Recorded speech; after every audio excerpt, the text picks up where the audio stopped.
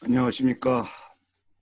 이 강의는 토요일 1교시 중세철학연구 2에 해당하는 녹화분입니다. 오늘 진도는 한서에서 후한서 시간 되는 데까지 진행하도록 하겠습니다.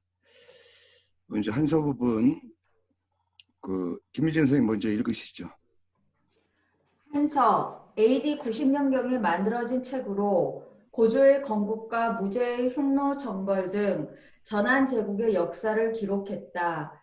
한서란 한나라의 사적을 기록한 책이라는 뜻으로 후한의 방고가 편찬했으며 기 12권, 표 8권, 지 10권, 전 70권으로 이루어져 있다. 사기의 다한가는 정사로 평가받으며 전한고조 원년부터 왕망의 지왕 4년까지의 사적을 기술했다. 전 100권. 예, 우리 사기가 사망 5제부터 무제 때까지의 기록을 남긴 거잖아요. 그러니까 사마천이 무제 때 사람이니까. 근데 이제 후한의 반고가 물론 혼자 한 건 아닙니다만은 반고가 한 거는 한나라 한고주 유방서부터 왕망 때까지, 그러니까 주로 전한 말까지 내용이 기록돼 있고, 실제로 이제 전한 말 다음에 이어지는 후한은 나중에 남북조 시기에 그 송나라, 작은 송나라의 범협이란 사람이 후한서를 통해서 기록을 하게 돼요. 그렇게 이제 구분을 알고 계시면 되겠고, 예, 그다음에 인트로까지 읽으세요. 한서 전 100권은 후한의 방고가 편찬한 것으로 알려졌지만 사실은 방고 혼자서 한 것이 아니다. 그 전에 그의 아버지 반표가 후전 65편을 편찬했고 그 작업을 이어받은 방고가 20년에 걸쳐 한서를 완성한 것이다. 그러나 방고가 만년에 거기장군 두원의 흉노 정벌에 참가했다가 두원의 황제 암살 음모에 연좌되어 옥사하는 바람에 8건의 표와 천문지는 완성되지 못했다. 그 뒤 여동생 반소가 황명을 받아 편찬을 계속했고 결국 반시 일족의 손에 의해 30에서 40년의 세월이 지난 뒤에야 완성되었다. 한서는 사기처럼 기전체를 취했으나 사기가 삼국시대부터 한나라 때까지를 기술한 통사임에 반해 한서는 기술 대상을 전한 왕조로 한정했다. 한서 이후의 정사는 거의 단대사인데 이는 왕조의 입장에서 보는 역사관의 표현이라 할 수 있다. 이런 역사 기술의 태도는 한서에서 비롯되었다. 최근에 중국의 중화서국이 청나라 왕선검의 한서 보주를 저본으로 하여 열람하기 좋게 구두점을 찍은 활자본 한서를 출간했다. 예, 우리나라에서도 이에 의거해서 번역판이 이미 나왔죠.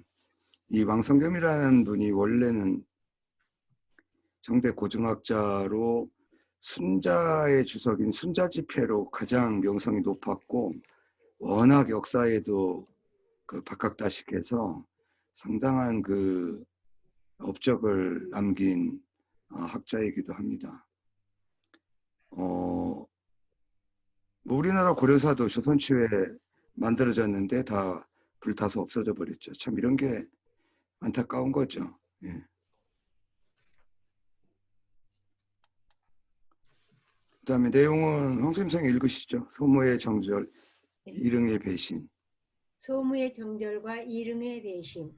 한나라의 사절로서 흉노 땅으로 향한 소무는 자신의 부하가 선우의 궁전 안에서 음모에 휘말리는 바람에 흉노 땅에 사로잡히고 말았다. 선우는 소무가 기순을 거부하자 그를 바이칼호의 한적한 땅으로 보내고는 순양이 새끼를 낳고 젖이 나오면 돌려보내 주겠다면서 순양을 치게 했다. 한편 5,000명의 보병을 거느리고 흉노 땅으로 들어선 일응은 몇 배나 많은 흉노 군대와 싸웠다. 선전에도 불구하고 결국 사로잡히고 만 일응은 나중에 자신의 일족이 무제의 노임을 사 죽임을 당했다는 사실을 알고 흉노에게 기순해 우교왕의 지위에 올랐다. 그로부터 오랜 세월이 지난 어느 날 이릉은 선우의 명령을 받고 내 친구 소문을 찾아 바이칼호로 갔다. 예, 요 내용이 상당히 좀 긴데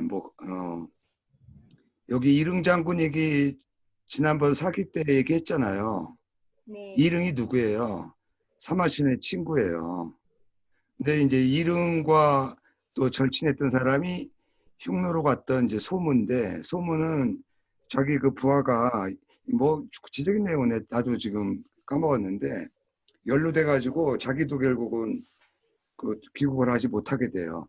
원래 사신으로 간 사람은 원래 원수국에 사절로 가더라도 죽이지 않죠. 그거는 이제 고대부터 현대까지 이어지는, 사신을 죽인다고 하는 것은 곧 전쟁을 하겠다라는 표현이고, 아무리 그래도 옛날에는 외교사절을 그 처형하는 경우는 거의 없었죠. 아주 예외적인 경우가 뭐 역사적으로 있었는데, 선우가 누구예요? 여기 왕이라고 되어 나왔구나. 있습니다. 이게 이제 흉노족의 우두머리를 선우라고 하고, 이 중국은 한때부터 이 북방에 어서 와요. 잘 주무셨습니까? 네, 또 비몽사몽인가 본데. 아니요, 잠깼습니다. 뭐 이릉 얘기는 뭐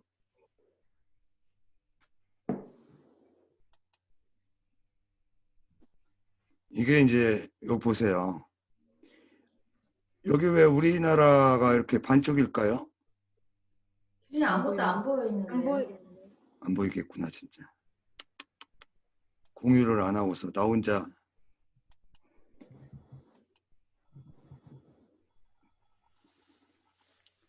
그림 잘 보이죠? 네, 아, 예. 네. 예. 우리나라가 왜 이렇게 반쪽으로 돼 있죠? 모르시는가? 어? 이게 한나라 때인데? 고조선? 고조선. 아니, 한나라 때 통일신라 한사군을 두었기 때문에 자기 나라로 생각하는 거예요. 조선 지역이라고만 얘기하고. 이게 한 지역에 다 포함됐다고 주장하는 거예요, 지금. 흉노가 여기까지 내려와 있죠.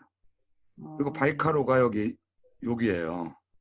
그러니까 어떻게 보면, 야, 여기 그 한나라 수도가 장안인가? 여기서부터 이 바이카로까지 거리 생각해 보세요. 그러니까 늘 이 흉노가 변경 침입하고 땅에 접박하니까 자꾸 넘볼 거 아니에요. 예? 물론 저기 뭐야 진나라 때는 뭐 마이장성을 쌓고 그랬지만 이게 뭐 그 중간에 훼손되고 그러지 이게 계속 남아 있습니까? 예. 지역이 이렇고요. 여기에서 이 흉노와 한제국과의 관계를 알려주는 일화 중에 가장 유명한 게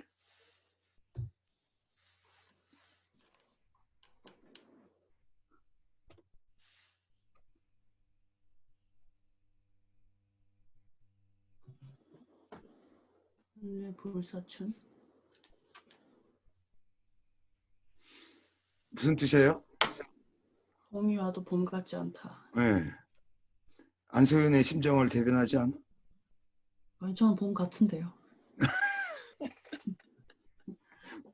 이게 이제 왕수군이라는 여기 나오죠. 중국 고대 4대 미녀, 서씨는 춘추시대, 왕수군은 이제 한나라 원제 때인데 좀 이따 다시 관련된 얘기가 나올 거고요. 조선은 삼국지에 나오죠. 근데 뭐 실제 가공인물이라 실제 했던 사람은 궁중에서 이 고위 관료들이 쓰는 관을 담당하던 초선관이라는 관을 담당하던 사람이다. 여러 가지 있었어요. 그 다음에 양옥환은 양귀비의 원래 이름이 양옥환이에요. 당나라 현종의 후궁이죠. 후궁이자 원래 며느리를 자기가 뺏은 거죠. 그랬더니 중국 사람들 그래서 요거 미녀를 얘기할 때 이 왕소군은 그 흉노족의 그 선우가 원제 때 선우가 방문해서 화친을 제안하면서 이 한대 왕실의 공주와 결혼하고 싶다고 얘기해요. 그러니까 그 좋다. 그래서 연애를 베푸면서 이제 공주들을 불러서 고르라고 하면서 뭐 공주가 아니어도 좋다. 예, 궁녀 중에서 한 명을 골라도 좋다. 그렇게 이제 얘기를 한 거예요. 근데 그 선우가 공주들보다 아주 이쁜 궁녀를 하나 선택했어요. 그러니까 원자는 얼마나 기분이 더 좋겠어요. 예? 딸뿐만이 아니라 그 궁녀가 간택됐으니까. 그래서 이제 높여서 존칭을 이제 붙여준 게 이제 왕수군이죠. 원래 이름 왕잠인가 그럴 거예요. 잠. 이제 이튿날 이제 뭐예요? 그 같이 가게에서 떠나는 모습을 위에서 원재가 딱 내다보니까 아니 자기가 못 보던 궁녀인 거예요. 그게 너무나 이뻐요. 그래가지고 취소하려고 그랬어요. 근데 취소하면 또 약속을 깨게 되고 그러니까 이제 어쩔 수 없이 보내고 나서 자초지종을 알아보니까 옛날에는 이 중국사기에 보면 왜 수많은 궁녀들이 그걸 뭐라고 그래요? 수청을 들기 위해서 그 관료들에게 뇌물을 굉장히 많이 쓰잖아요. 대표적인 게 그 측천무잖아요. 자기는 그 임금이 내리는 고종이 내리는 그런 어떤 뭐 폐물이나 이런 것들을 다 그 고위 관료들에게 뇌물로 쓰잖아요. 이제 그러면서 자기 세력을 축적하는데 한나라 때는 궁녀들을 사진을 그려가지고 여기 사진 몇 개가 있는데 이게 다 뭐 내가 봐도 이뻐 보이질 않는데 이게 왕수군의 상상화예요. 그 다음에 초선, 뭐 양귀비, 서시가 가장 늦게 나왔네. 서시나 양귀비는 영 내 스타일이 아닌 것 같아.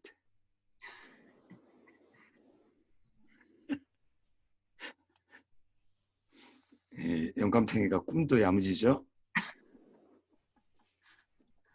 근데 이 출래 불사추는 그 다른 시인이 그 왕소군의 그 아픈 마음을 그러니까 그리면서 갖다 붙인 노래인데 후세에는 이게 마치 그 왕소군이 여기 그 한나라 국경을 넘으면서 돌아오지 못하는 노래 가사 중에 하나다 이렇게 이제 많이들 알려져 있어요.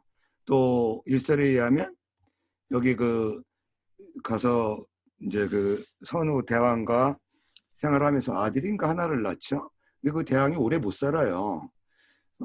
그래서 아들하고 또 이제 근데 그 흉노족의 전통은 아버지가 죽으면 아버지의 첩을 아들이 계승한다네요. 그래서 왕소군은 그 본래 결혼했던 자기 선우의 아들, 그 차기 선우죠.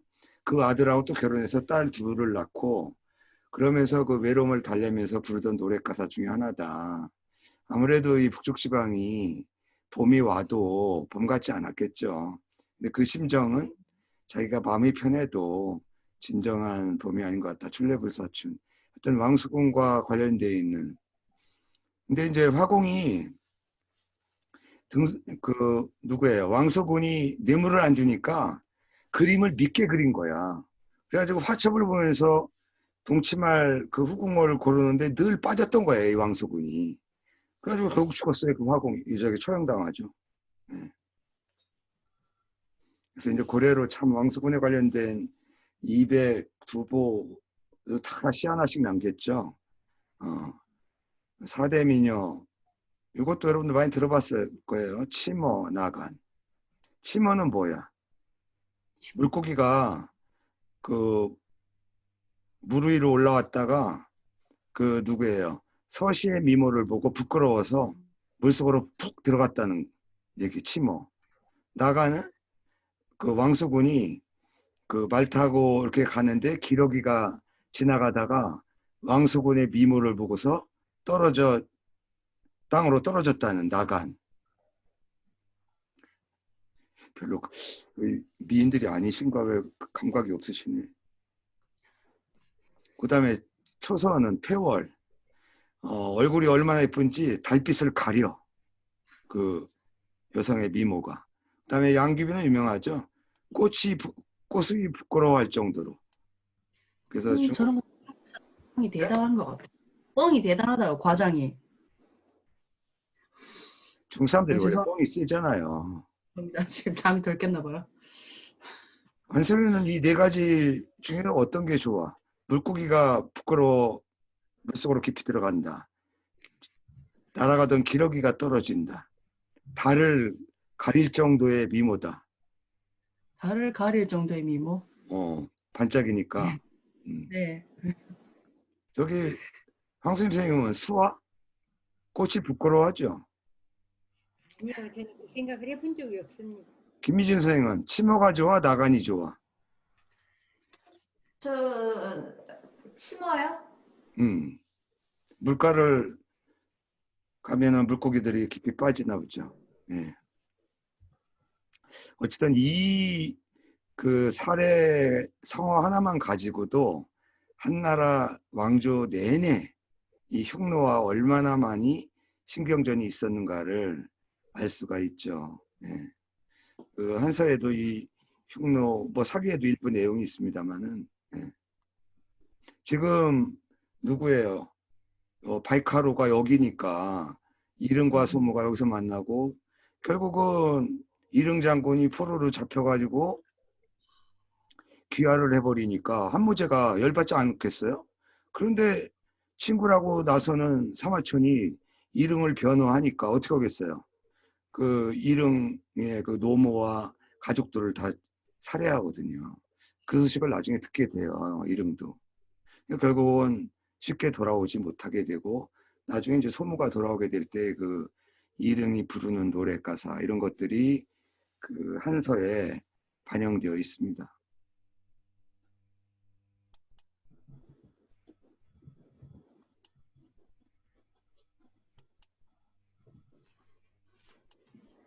예. 그 다음에 읽으시죠. 이전에 소무와 이릉은 한날에서 함께 시중을 지낸 사이였다. 소무가 사신으로 흉노 땅에 갔던 그 다음 해 이릉은 흉노에게 항복했다. 그는 스스로 소무를 찾아가려 하지 않았다.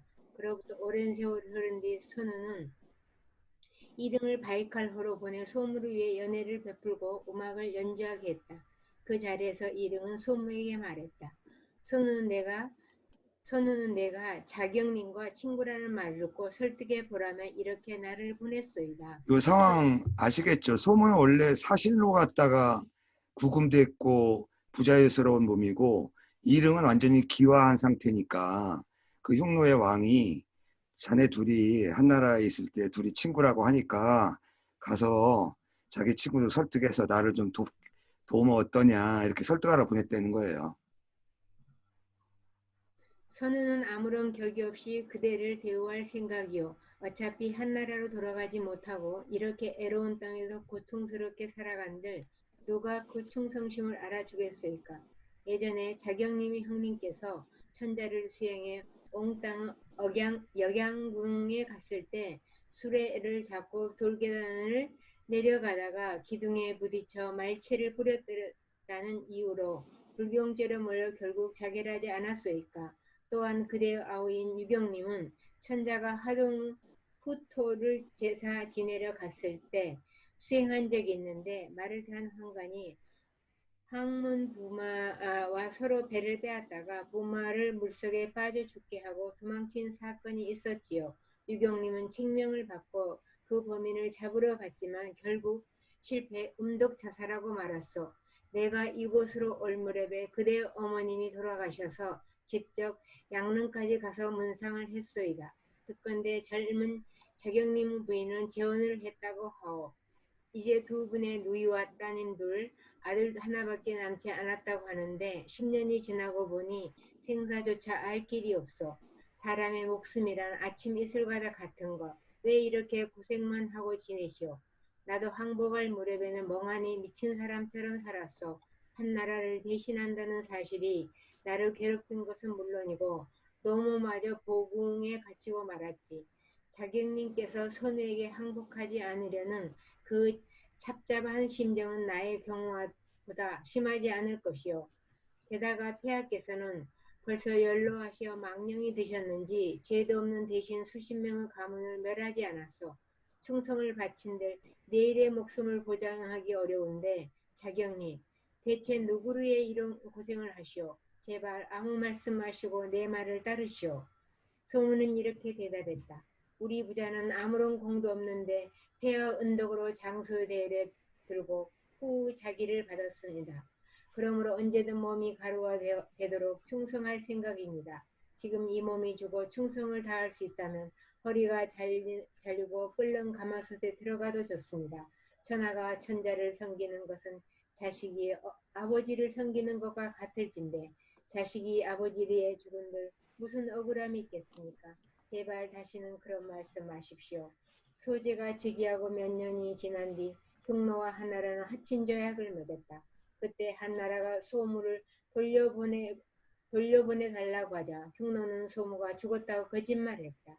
나중에 한나라의 사자가 흉노 땅으로 갔을 때 상해가 보초에게 부탁해서 그가 밤에 자리를 비운 사이 한나라의 사자를 만나 자세한 사정을 전했다. 그는 사자에게 선우를 만나면 다음같이 말하라고 일러주었다. 그 내용은 천자가 상림에서 사냥을 하다가 활로 기력을 잡았더니 그 발목에 비단으로 싼 쪽지가 묶여 있었는데 내용을 보니 소무가 어떤 습지에 살고 있다고 적혀 있었다는 것이었다. 사신은 그 말을 듣고 크게 기뻐하며 상해의 말대로 선우에게 따졌다. 선우는 깜짝 놀라 좌우를 돌아보며 안절부절 못하다가 어쩔 수 없이 사신에게 사과하고 소무가 살아있다는 사실을 알렸다. 이름은 주연을 베풀어 소무에게 축하의 말을 건넸다. 이제 그대는 돌아갈 것이요 그 이름을 흉노에 떨치고 그 공은 한나라의 조정에 빛날 것이요 역사에 남아 궁전의 벽에 그려진 공신들 가운데 누가 자경님보다 더 뛰어나다 하겠소. 나는 어리석고 겁이 많지만 만일 그때 한나라가 늙으신 어머니를 죽이지 않고 내 죄를 널리 용서해 서려갈 기회를 주었더라면 가의 명령에서 조기가 보여주었던 그런 공을 세웠을 것이오. 나는 옛날부터 그런 생각을 품고 살아왔다오. 그렇지만 천자는 내 일가를 몰살하고 세상에 웃음거리로 만들었으니 난들 무슨 미련이 있겠소이까. 이제 모든 것이 끝났소이다. 자경님, 내 마음을 이해해 주시오. 우린 서로 다른 나라의 사람이 되고 말았소이다. 이제 헤어지면 다신 만날 수 없을 테지요. 이름은 그 자리에서 일어나 춤을 추며 이렇게 노래했다. 만리를 지나 사막 건너 그대는 장군이 되어 흉노와 싸웠으니 길은 끊어지고 칼과 활은 부러져 병사들은 쓰러지고 이름마저 잃었노라. 노모는 세상을 떠났으니 어디로 가 그 은혜 갚아야 하나. 이름은 눈물을 흘리며 소무와 헤어져 선우는 소무 부하들을 끌어모았으나 벌써 흉노에게 항복했거나 세상을 떠난 사람이 많아 소무와 함께 한나라 돌아간 사람은 9명뿐이었다. 예. 여기에 뭐 우정 문제도 있고 사실 뭐 우정과 관련된 애국심과 관련된 또 얘기도 있고 그런데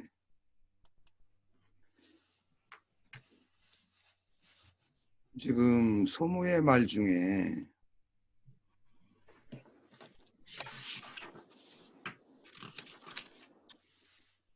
여기 그 한나라 때 그 삼강 중에 이거 보세요.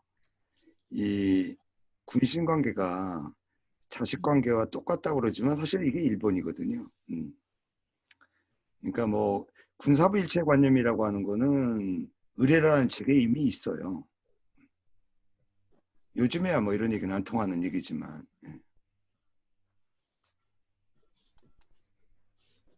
그 다음에 아까 뭐를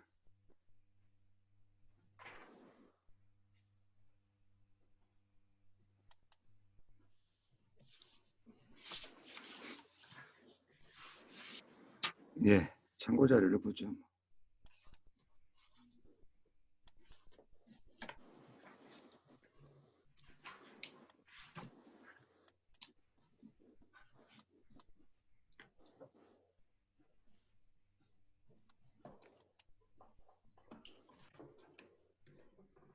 좀 전에 그 이릉이 소모와 헤어지면서 춤추며 불렀다는 노래 원문이 이거예요.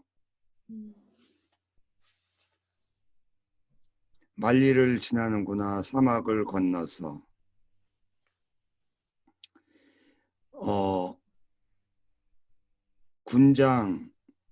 군주의 장군이 되어. 이게 오래 누르고 있으면 이게 뜨는구나. 흉노를 떨쳤도다. 흉노를 흉노와 싸웠도다 이런 얘기죠. 노궁절에 길이 궁하고 끊어졌구나. 화살과 칼날도 꺾이고. 직역해 드리는 거예요. 병사들이 없어졌구나. 명망도 이미 괴멸되고. 노모는 이미 돌아가시고 수욕부한. 비록 은혜를 갚고자 하지만 장차 어찌 돌아갈 것인가. 역시 직역하면 시의 맛이 나질 않죠. 예. 이릉이 알면서 몇 걸음 지나고 손모와 헤어졌다. 그 다음에 요거는 서대미녀 얘기는 다 했고요. 예.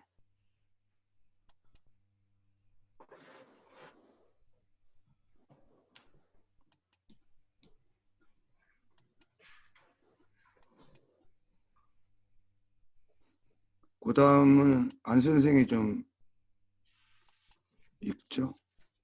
그 다음이 후한서 말씀이세요? 그렇죠. 네. 후한서 440년경에 만들어진 책으로 정미의 난이 한창일 때 세워진 후한이 황건의 난으로 멸망하기까지의 과정을 그렸다. 공기 10건, 열전 80건은 육조 시대의 송나라의 범협이 편찬했다고 전한다.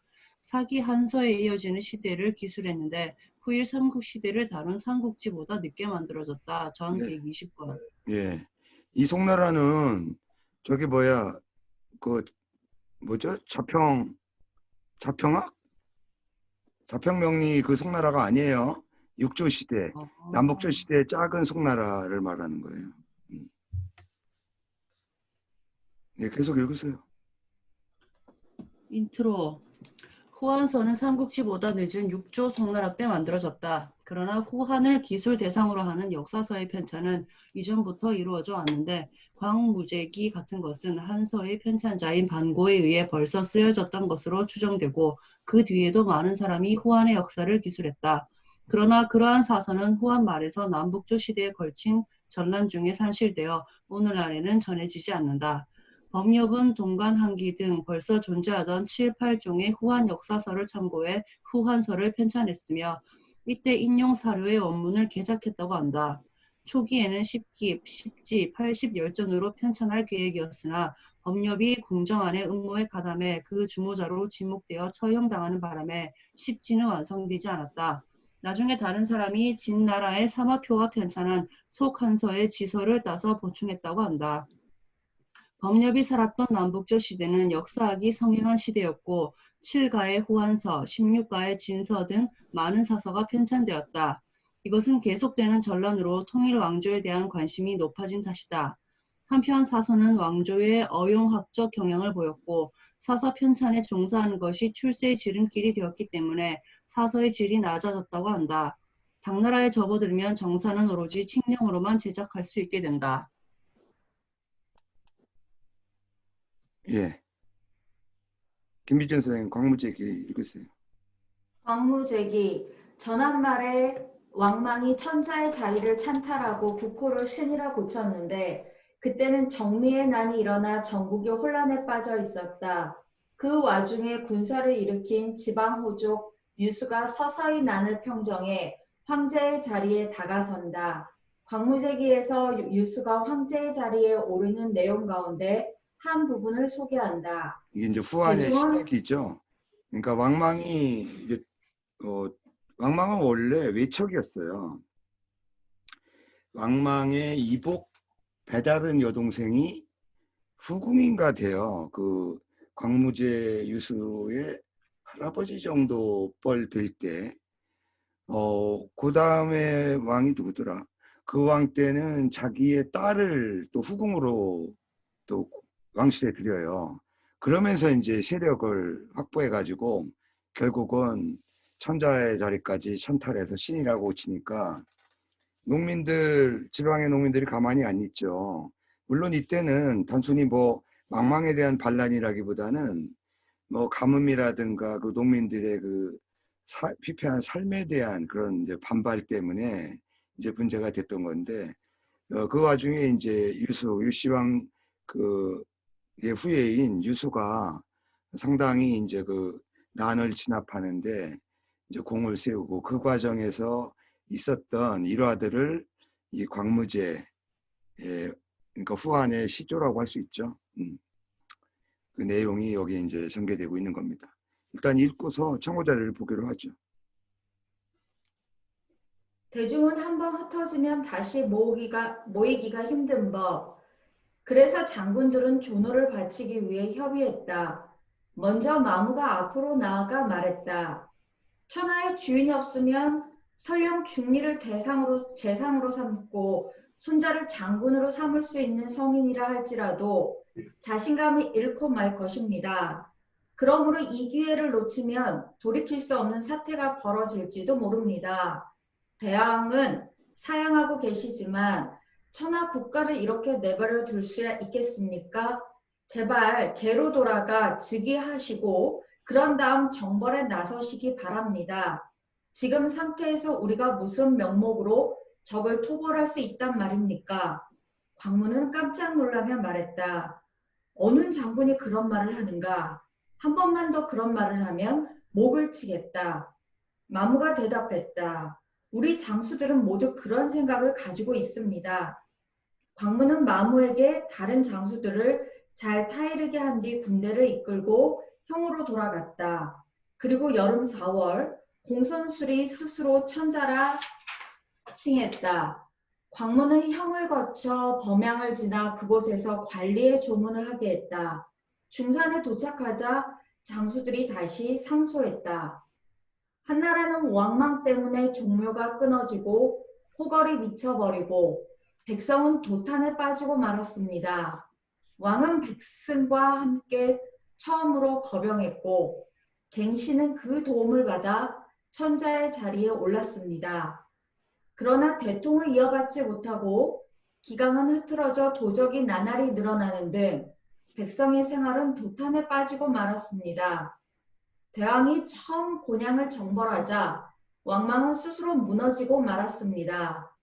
뒷날 한단을 제압하고 북주를 평정해 천하의 3분의 1을 손에 넣고 많은 주를 지배하며 100만의 병사를 거느리게 되었습니다.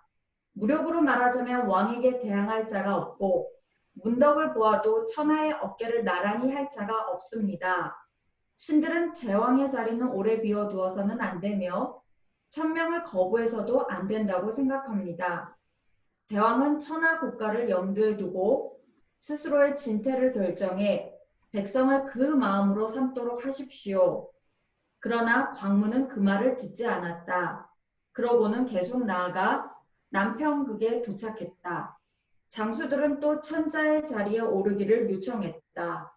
광무는 말했다.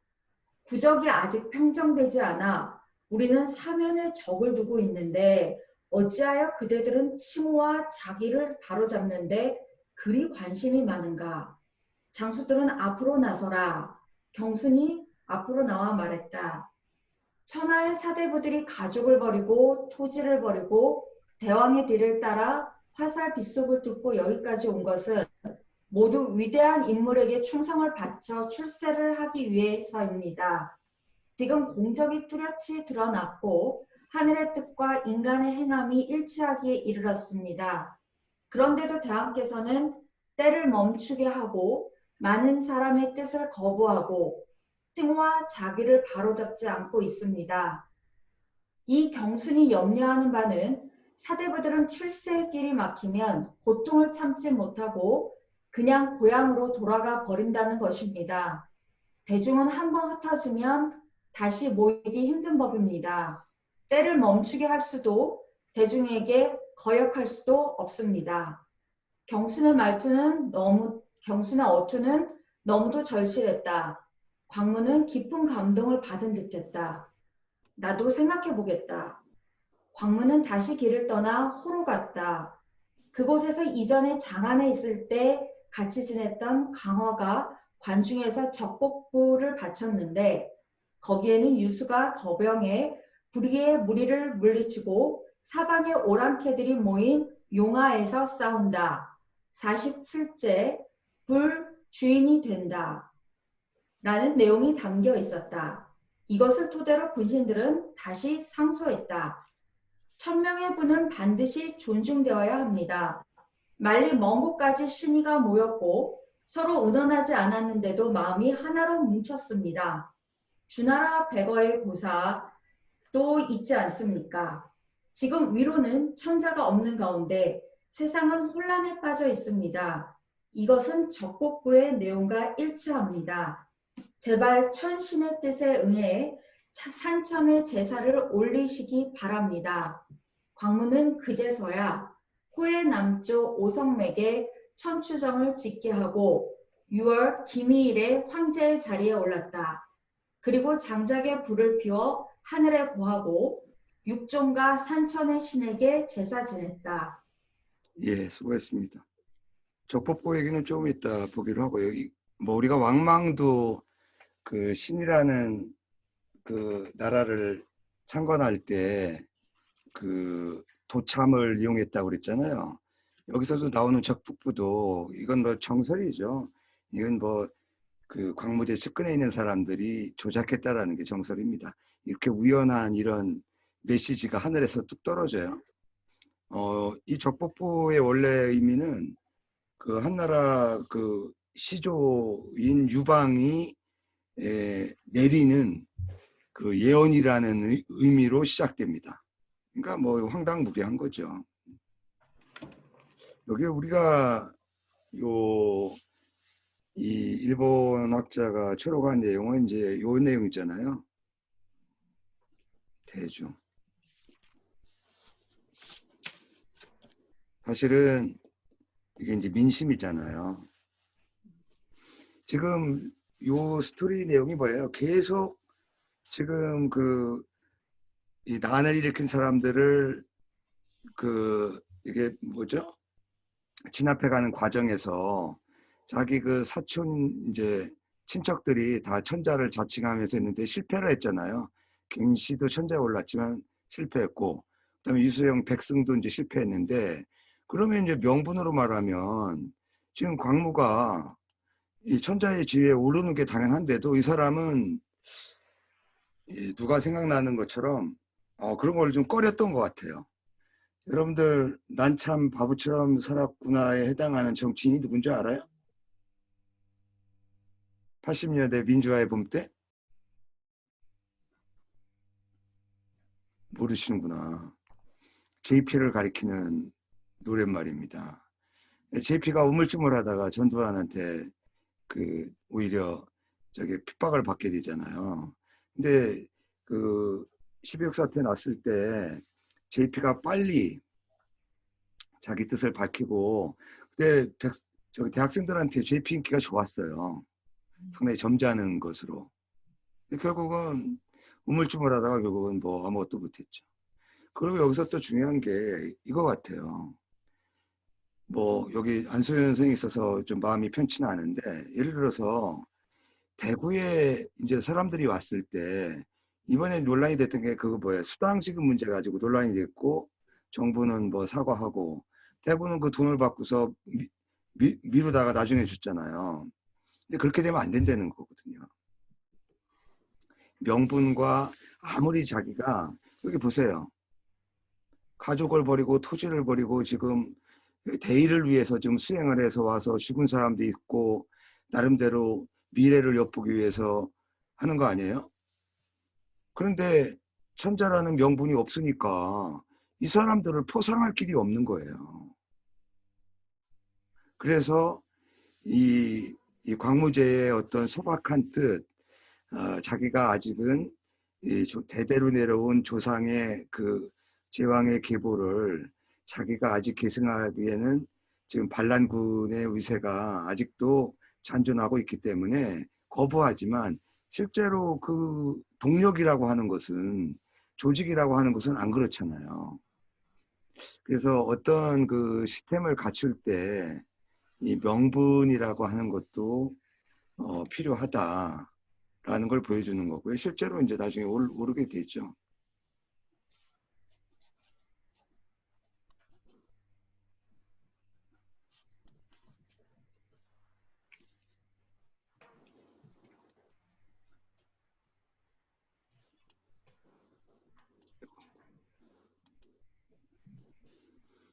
정미군, 이 정미군 때문에 이제 그 왕망이 발효하게 되고 그렇게 되는데 이걸 뭐 다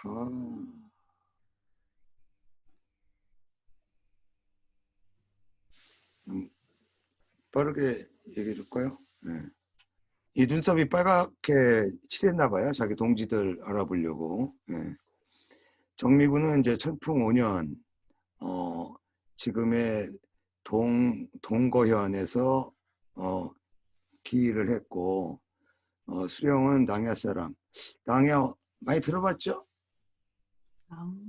낭야 뭐죠? 야, 이거 복습들 안 하는구나. 여기 야랑이구나. 미안합니다. 내가 착각했습니다. 솔직히 고백을 해야 돼. 나는 왜 착각을 했을까?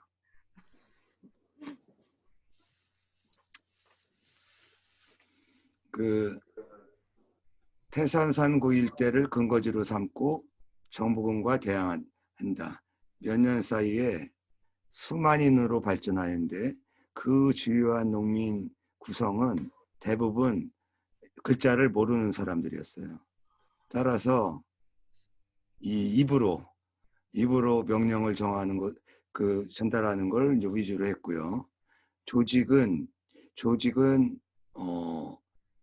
최고의 지휘인 삼노, 그 다음은 뭐 종사, 그 다음에 뭐 졸사 등의 명칭이 있었는데 대부분 한나라 그 당시 그 마을의 그 관료 조직의 명칭을 그대로 탑습했다라는 거죠. 그 정미군이 이제 발전됨에 따라서 지왕 3년 22년에 왕망이 자기 아들 왕광과 염단을 그 파견하여 약 10만 군대를 인솔하여 정미군에게 진격하게 하였지만 처참하게 패배를 하게 돼요. 근데 정미군이 그래서 10만 이상이 되고 세력이 뭐 이렇게 각 지역으로 펴졌다. 이랬을 때 이제 나타난 사람 23년에 갱시 황제가 나서서 유연히 일시적으로 성공을 거두지만 결국은 이거 어차피 다 할까요? 네.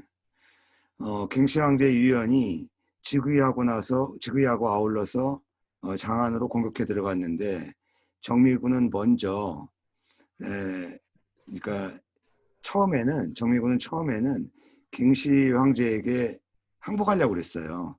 근데 쌍방이 곧, 이 수족은 곧 그런 뜻이에요. 곧 다시 개전했더니 협상이 결렬됐다는 거죠.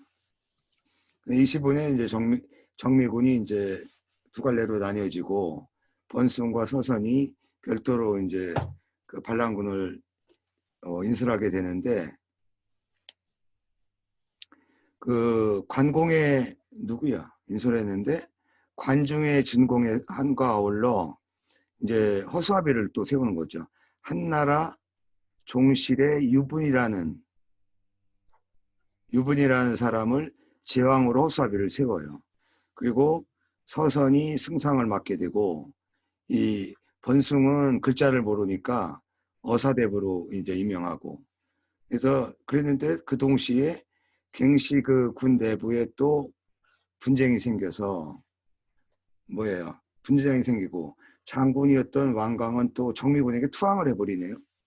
그래서 곧바로 정미군이 또 장안에 들어와서 유연이라고 하는 그 뭐예요? 유연천자를 또 피살하게 되는 이런 과정이 이제 지속되게 되고 나중에 뭐 이렇게 여러 우여곡절을 끌어서 번숭이 투항하게 됐는데 나중에 이제 피살되고 결국은 막을 내서 광무제가 이제 제위에 오르게 되는 그런 과정이 이어집니다. 요거는 한나라 말 얘기인데 뭐 이건 황건 장가 의미가 없을 것 같고요. 적복부 이게 저것 때문에 나왔구나. 네, 이것도 어차피 해야 되겠구나 이따가. 적복부는 이른바 신비적인 예언서인데 그 유수가 황제에 오른다는 그 징조를 드러낸 것이다. 뭐 전설에 의하면 뭐 이런 얘기고요. 이런 건 뭐 크게 의미가 없고 아까 우리 그 책에 원문이 없기 때문에 이거 보여주려고 한 거예요. 유수가 발병하여 군사를 일으켜 무도한 사람들을 체포하니 사방의 오랑캐가 운집하여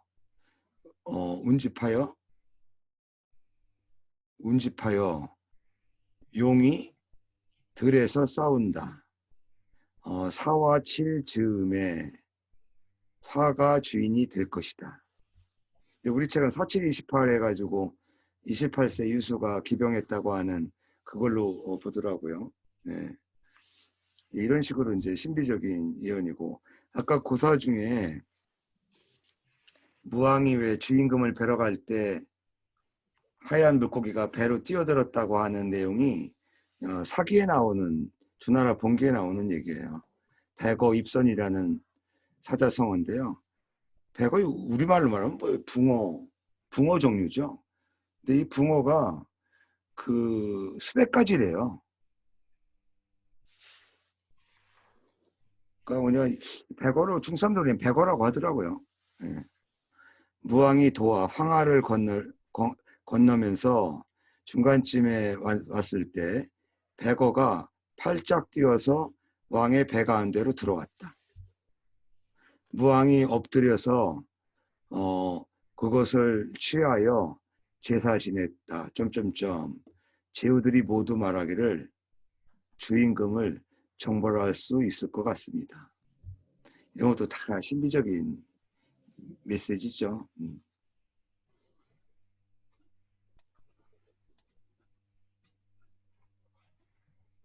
이제 마무리되는 우리 명문장. 하여튼 사기나 한서의 그 사자성어를 꼽으라면 뭐 이루 말할 수 없이 많아요. 근데 저는 일부러 여기 나오는 걸 원칙대로 해서 수업 시간에 맞추려고 노력을 하겠습니다. 응? 이게 왜 여기지? 예, 이거 황 선생님이 읽으세요. 명문장이 하나밖에 또 없네. 책 속의 명문장 각곡 불성 상류목 화허불성 반유 부자야.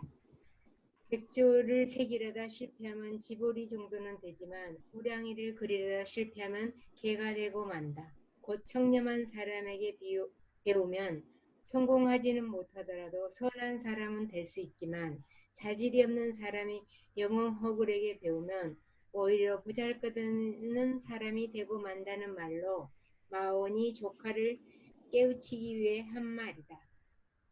우리 앞서서 배운 명문장 중에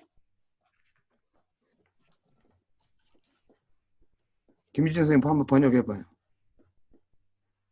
못하겠습니다. 앞에 지금 문자입니까? 제일 앞이죠.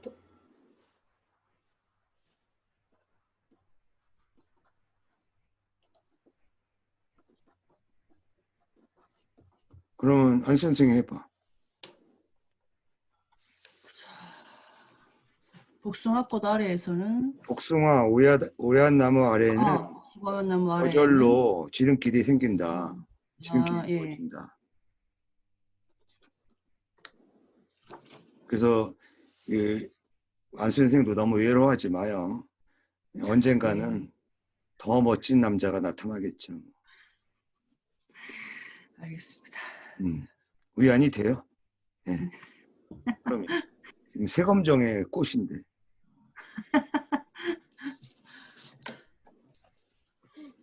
이거 좀 글씨가 잘 안 보여서 이 조카는 형들 아들들에게 깨우치는 이거 저 뭐야 명심보감에도 나오고 이 유명한 말로 상당히 여러 군데서 원용되는 내용이에요. 그래서 요게 여기 때문에 내가 정민안을 설명하구나. 이건 간단한 거니까 나중에 보시고요. 예.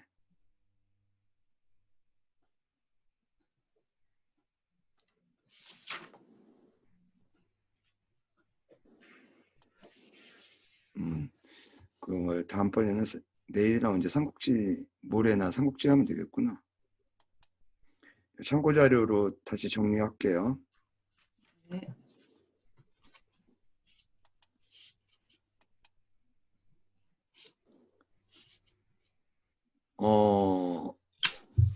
여기 보세요. 이 각곡 고니를 새기다가 완성하지 못하면 오히려 우리 번역은 빠져 있죠.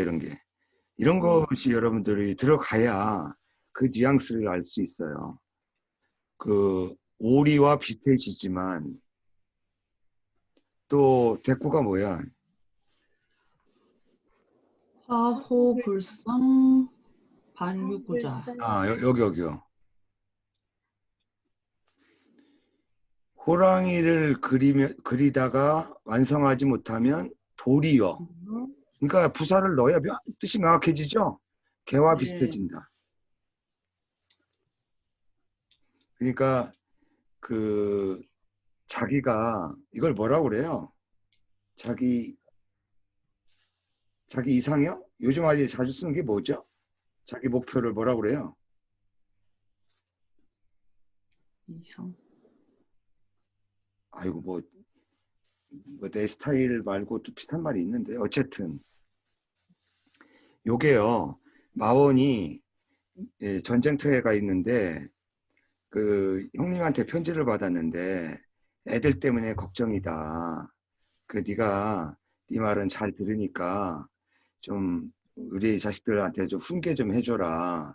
그래서 마원이 형님의 부탁을 받고 그 조카들에게 편지로 보내면서 하는 내용 중에 이게 나와요. 여러분들 좀 잘 새겨 들으세요. 나는 바란다. 이 조자는 복수예요. 너희들에게 바란다.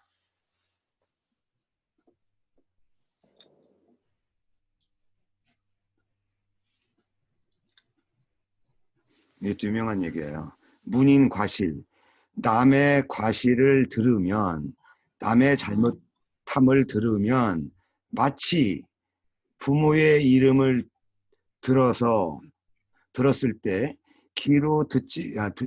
부모의 이름을 들은 것처럼 귀로는 들을 수 있을지라도 입으로는 말할 수 없는 것처럼 해라. 옮기지 말라는 거예요, 험담을.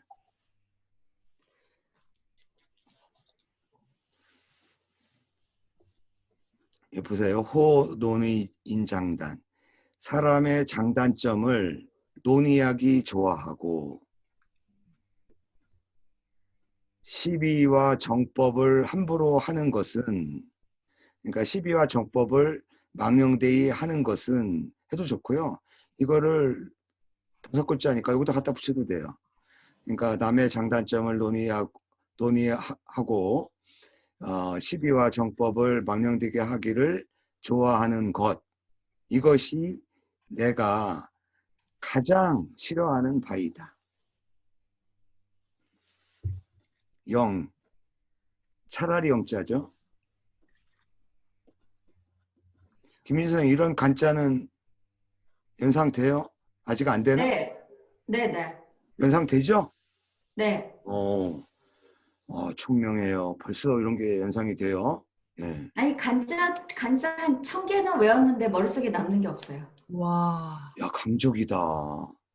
아니, 한자 방학 때 1000개 그 단어 있는 거를 외웠거든요. 외우지 근데, 말고 오행대의를 자꾸 여러 번 읽으세요. 그 네, 눈, 그래서 그것도 해석은 하는데, 어. 뒤돌아서 하면 잊어버려요. 아니, 그러니까 반복해야지. 그래도 이제 안 되는 것 같아요. 옛날만큼은 안 되는 것 같아요. 여기 우리 저- 김미진 선생님 위해서 박수 한번 쳐줍시다. 네, 왜요? 그치? 어. 1년 만에 될 것 같아요. 그럼 대단하십니다. 저또 자랑할까요? 이렇게 네, 또 단어장도 자랑할 거 있으면 하세요. 만들었는데. 이렇게 와. 단어장도 만들었어요.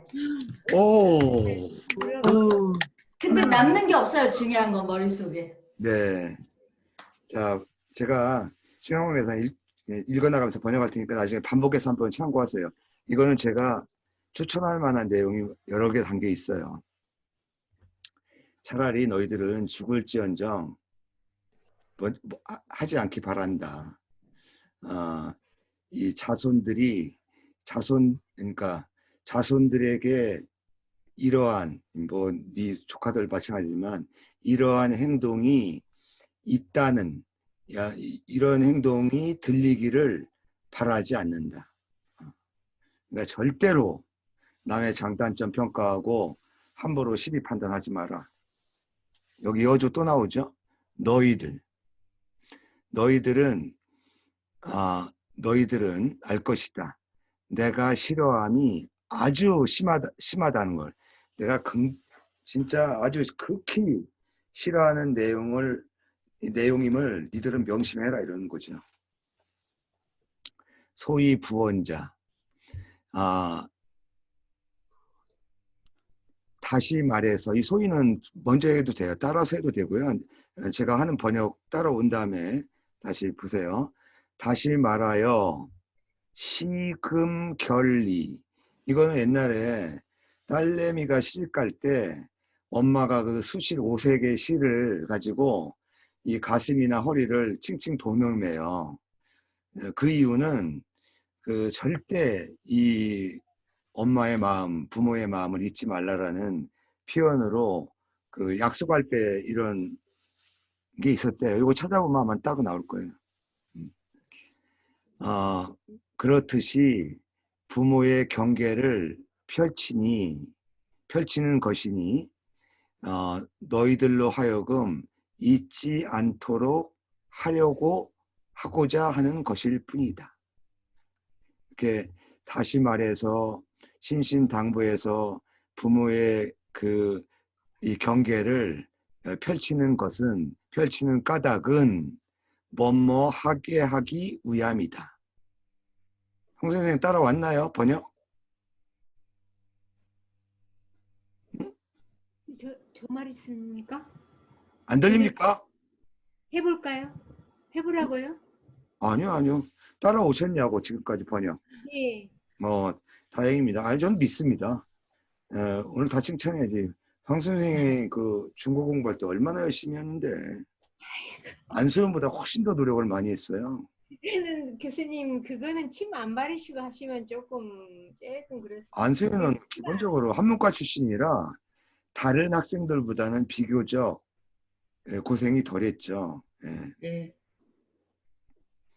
근데 나는 아직은 이제 안소연이 어제 모습 보니까 상당히 밝고 더 좋아졌던데 처음 만났을 때 우울하던 모습에서 요새 그냥 호강이 때문에 그런지 얼굴이 쫙 폈어요. 그냥 얼굴이 팽팽하고 그다음에 울리려고 해도 울지도 않아 이제 요새는 뻔뻔해졌어.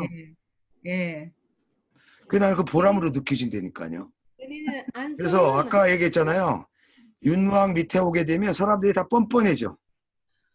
좋은 현상입니다. 예. 네. 그 나는 흐뭇합니다. 차라리 그냥 찔찔 짜는 것보다 낫지 뭘 그려.